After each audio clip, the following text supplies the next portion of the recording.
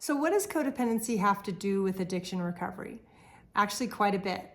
So in this video, you're going to learn why codependency plays such a critical role in addiction recovery, and especially how it can help you avoid relapse. But first, my name is Michelle Ferris. I'm a psychotherapist, and I love helping people create relationships that work. So in the first few years of recovery, your whole focus as a recovering person is on creating a new foundation of skills so that you don't go back to using. This often requires changing your daily habits, looking at your relationships, looking at where you hang out. So those first few years, you're really focused on changing your life and changing your habits so that you don't go back to that addictive behavior. You start to identify people, places, and things that could lead you back to relapse. But usually there's a point at 3 to 5 years where a lot of people leave the program or they relapse because they don't have the skills to deal with what's happening in the moment. And what's happening in the moment is that often this is the time when more feelings from the past start to surface. Relationship problems start to make themselves evident. Childhood pains start to be remembered. And all of those things relate to codependency. So let's talk about each one and how they can impact your recovery. The first one is codependent relationship patterns. This is where in recovery you might realize that relationships are really tough and yours are dysfunctional, where you might not have a solid sense of self, so you look to your partner or you look to the relationship, because sometimes people have back-to-back relationships, as a way to avoid that empty hole that made them want to use. So what you want to do is you want to start assessing any type of codependent relationship patterns, like people pleasing, not being able to set boundaries, putting yourself last, feeling less than other people or better than other people, because sometimes in codependency we can vacillate. But all of those are really important signs, because if you can identify your codependency early and start to deal with it, you can definitely avoid relapse, because a lot of people relapse over their relationships. So if you start to notice that, wow, I really give myself away in relationship, or I sacrifice too much of myself, or I never say no, and then I get super resentful and explode on them, those are all going to lead potentially to relapse if they're not dealt with. Because part of addiction recovery that's so challenging is that we don't have the skills to live life. We have those gaps in our learning because we didn't learn them growing up, because the addiction actually thwarted our growth and it made learning those skills extra difficult. The other part is childhood issues of abuse and trauma start to surface around this time as well. You might start remembering issues of abuse or childhood trauma that you have not thought about in years. But because your feelings are starting to surface, they're starting to bubble up, and you don't know what to do with them because they're intense. So this is another way codependency shows up, because most children from dysfunctional families who end up being codependent don't get the love and attention they needed growing up. So they either decided to use substances to escape the pain, or they learned relationship skills that were unhealthy, like people pleasing, like not being able to tell the truth to someone, or to have a healthy back and forth and not get too dependent on the other person for your validation or your happiness. Because those type of relationships are codependent and lead to relapse when we don't know how to deal with them. Because what happens in early recovery is relationships end because we don't have the skills to know what to do. And if you can recognize that, hey, you have some codependent tendencies, that's going to go a long way in you being able to preserve your addiction recovery and avoid relapse.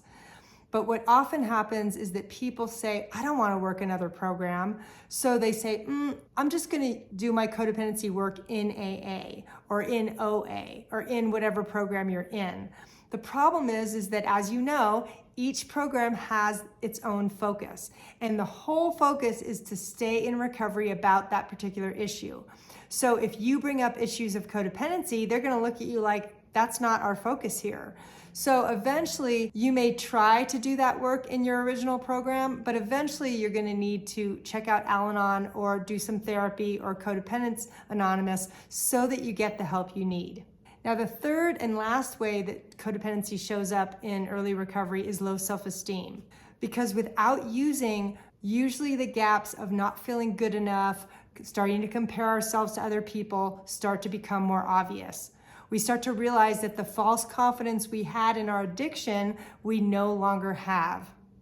This also signals that you may realize that you don't trust yourself, or you don't have a really good sense of your intuition because you never learned to cultivate it. So when you grow up and there's codependency, you look outside of yourself for that validation rather than learning how to validate yourself.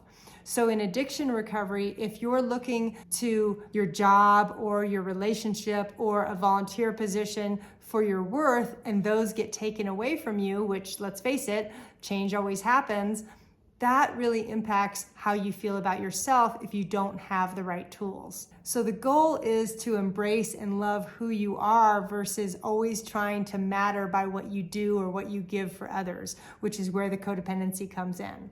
Now, this can also lead to relapse because codependents tend to overdo things. They tend to give until it hurts. Maybe you're doing too much service at meetings and you are wiping yourself out.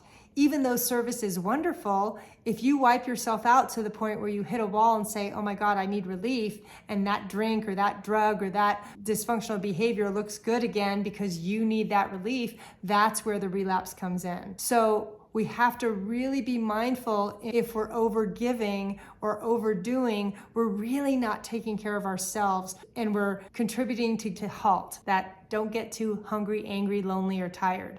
Because when we're in that space, that can lead us to choose to use again. So why is codependency so critical to deal with in addiction recovery?